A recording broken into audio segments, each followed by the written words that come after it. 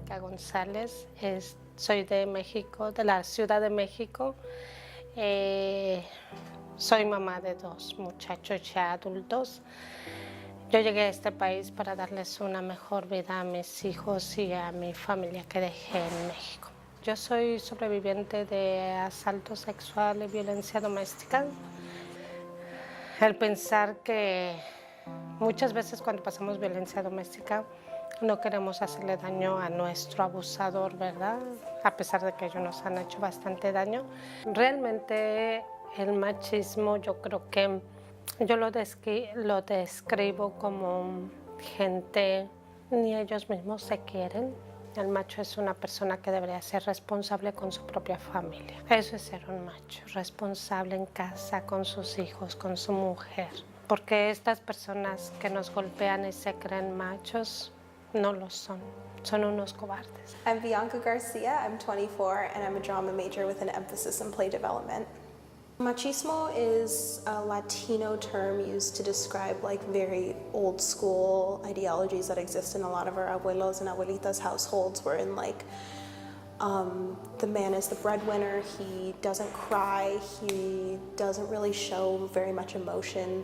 My mom is Italian, so I was like half white and half Latino, but I feel like a lot of those machismo and marianismo ideologies existed in our household. There was like a strong difference between what both of my parents did and what their roles meant based on gender. My name is Shonen Gutierrez. I am 47 years old.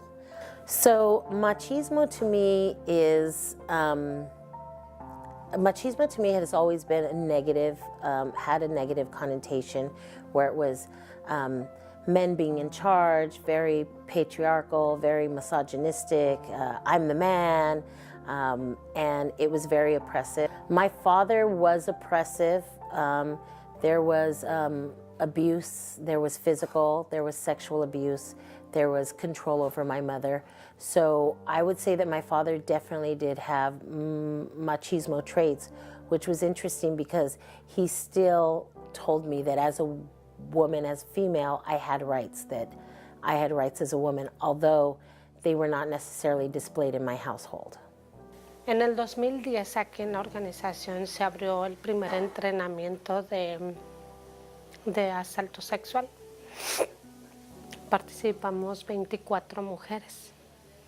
De esas 24 creo que nos graduamos 20. En ese tiempo yo recordé que cuando yo tenía 4 años fui abusada sexualmente por el esposo de mi hermana.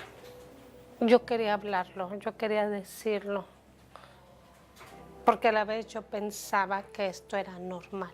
Hubo amenazas de él, que si yo decía algo, él iba a matar a mi hermana o a uno de mis papás. Realmente tuve que pedir ayuda y empezar a hablar qué era lo que había pasado en mí.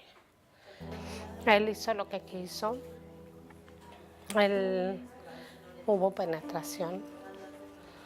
En el 2010 que agarró este entrenamiento, acabando el entrenamiento, yo dije, mi familia tiene que saberlo. Y da la casualidad que esta persona que me abusó a mí, abusó a mis 3 hermanas y a mi mamá. Y todas nos quedamos calladas. Yo me tenía que quedar callada porque a veces no te creen. Eres una mentirosa, ay, niña mentirosa, niña chismosa o algo. It was my high school boyfriend.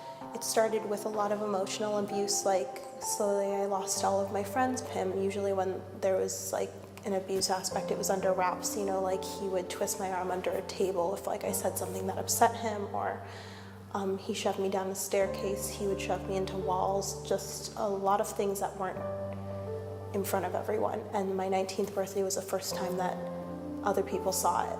And he just trashed the hotel room, all the plates of food that my mom had made, threw it against the TV, broke a door. He's undocumented, so I didn't call the cops. I instead called my mom, and she said, put him on the phone, I want to talk to him. He broke my phone then, and then he broke a window in the hallway and then an ad in the elevator. And I got back together with him after that, after all of that. I didn't tell anyone about it. I felt some shame there. It was like this weird idea that this is what relationships are like and you gotta get through the hard times. So I just kind of accepted it. When my mother left my father, we ended up back in Mexico, in Mexicali, where my mother's mother and father lived. It was actually her father who molested me, and I was 4 years old. And it turns out that I wasn't obviously his first victim. It turns out that there were generations of women that this man did this to. The memories are there. At the age of probably about 13 is when they really started coming back. And then when he passed away, that's when the memories were really flooded me. And in speaking with my sister, it also happened to my sister. I was frustrated because I started blaming a lot of people, particularly my mother, for putting us in that situation, because it turns out that she was also a victim of him. And I was angry that this continued, that it was happening. And so it took a while to get to a place where I didn't feel shamed and embarrassed about this. I still had a lot of hurt that I had to deal with, but I realized that I needed to work through this. When I got out of it, it's like I had to start all over again. Like I was in college now and I didn't have any friends. Hear people talk about it. I think a lot of times people are like, well, she's stupid, why would she stay? And it's like, if you've been in it, it's totally different and your viewpoints on the whole thing are totally different, because like people will often ask me like, well, why did you stay with him for so long? And I was like, because I loved him in a weird fucked up way. I did. It didn't justify any of the things that happened to me or any of the things that happened to any abuse victims, you know, like there's no blame that should be put on people who go through this. And unfortunately there is. Para mí es muy importante creerle a la mujer.